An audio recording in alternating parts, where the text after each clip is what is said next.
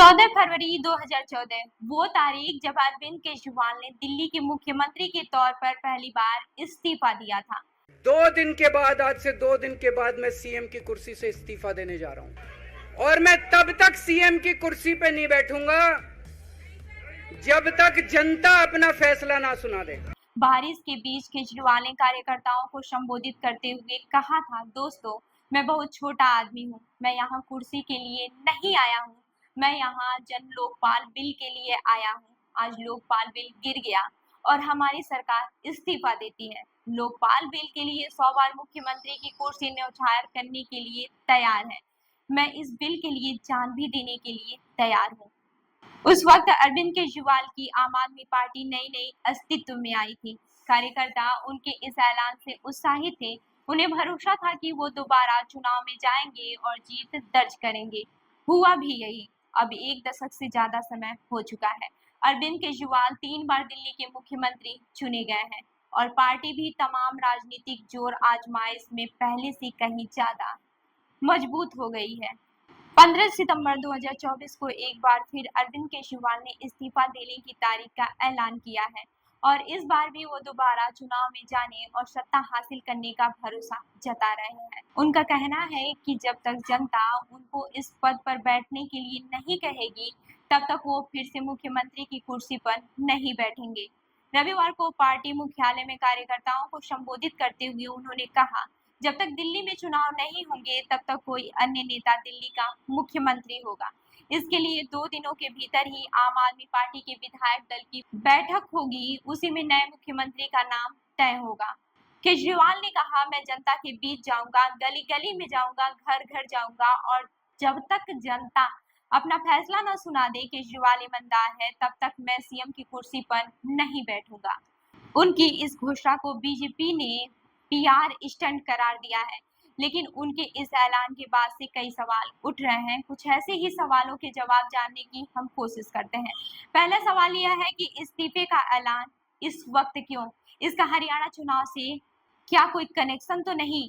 दूसरा कि पहले चुनाव कराने की मांग का आधार क्या है? तीसरा ये कि अगला मुख्यमंत्री चुनने का आधार क्या होगा और क्या दिल्ली बीजेपी की रणनीति पर इसका असर होगा? एक अहम सवाल यह भी है कि 2014 के केजरीवाल के इस्तीफे से 2024 के इस्तीफे तक आम आदमी पार्टी कितनी बदली?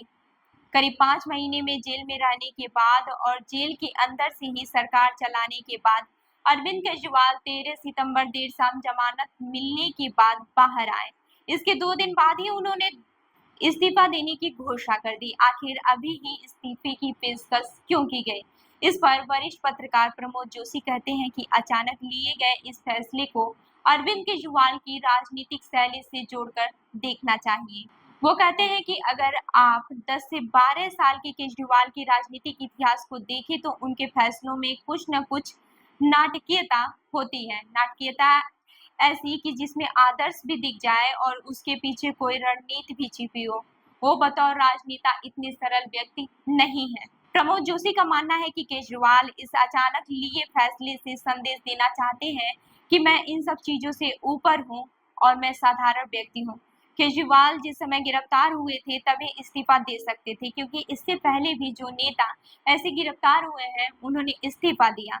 लेकिन अब जेल से बाहर आने के बाद इस्तीफे देने के कारणों के पीछे प्रमोद जोशी मानते हैं कि हो सकता है कि वो ये भी साबित करना चाहते हो तो उन्होंने कानूनी लड़ाई लड़ी और सिद्धांतों की वजह से इस्तीफा नहीं दिया। आज वो मान रहे हैं कि वो दूसरे सिद्धांत की बात कर रहे हैं कि वो जनता के फैसलों पर ही मुख्यमंत्री की गद्दी लेंगे। वरिष्ठ पत्रकार आशुतोष केजरीवाल के इस फैसले को टू लेट टू लिटिल बताते हैं। उन्होंने आगे कहा, केजरीवाल ने इस फैसले को लेने में देरी कर दी है। ये डेस्परेट लगता है, लोगों के बीच गिरती छवि को बचाने के कदम जैसा लगता है।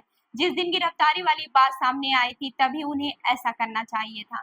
आशुतोष भी प्रमोद जोशी की राय से सहमत हैं कि ये ऐलान नाटकीयता से भरा दिखता है। उनका कहना है कि 2 दिन पहले इस तरह का ऐलान करना रहस्य जैसा है और उन्हें इस नाटक से बचना चाहिए था। बता दें कि दिल्ली की मौजूदा विधानसभा का कार्यकाल अगले साल फरवरी में समाप्त हो रहा है। इसके बाद यहाँ चुनाव होना है। मतलब यह है कि चुनाव में अब करीब 5 महीने का ही वक्त बचा है। मुख्यमंत्री केजरीवाल समेत आम आदमी पार्टी के तकरीबन सभी चेहरे इस बात को कहते नजर आ रहे हैं कि पार्टी चुनाव में जाने के लिए तैयार है। इसके बावजूद केजरीवाल की तरफ से विधानसभा भंग करने की बात नहीं की गई और कहा गया है कि अब कोई नया चेहरा मुख्यमंत्री बनेगा। वहीं आशुतोष और प्रमोद जोशी दोनों ही इसे कॉन्फिडेंस के तौर पर नहीं देखते हैं। आशुतोष कहते हैं कि अगर ऐसा कुछ होता है तो पार्टी को विधानसभा भंग करनी चाहिए थी। ऐसा नहीं किया गया और नए मुख्यमंत्री की बात की जा रही है। मतलब ये है कि चुनाव के लिए पार्टी को वक्त चाहिए था। हालांकि पार्टी की तरफ से महाराष्ट्र के साथ दिल्ली में चुनाव कराए जाने की बात कही जा रही है, लेकिन ऐसा भी था तो कैबिनेट को इस्तीफा देना चाहिए था।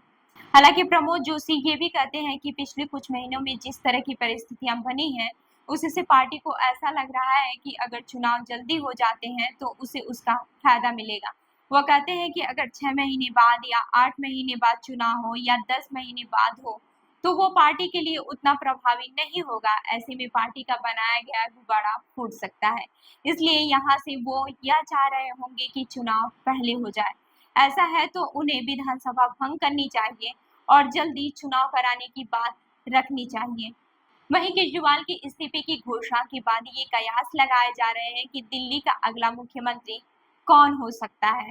कई नामों की चर्चा भी हो रही है। इसमें अरविंद केजरीवाल की पत्नी सुनीता केजरीवाल, सरकार में मंत्री अतिशी, मंत्री सौरभ भारद्वाज, मंत्री कैलाश गहलोत समेत कुछ और नामों का भी कयास लगाए जा रहे हैं।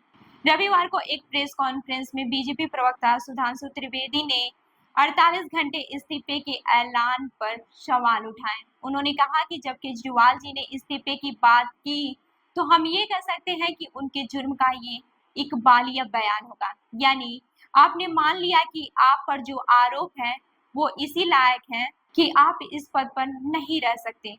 केजरीवाल के इस्तीफे वाले बयान पर आपका क्या कहना है, हमें जरूर बताइएगा।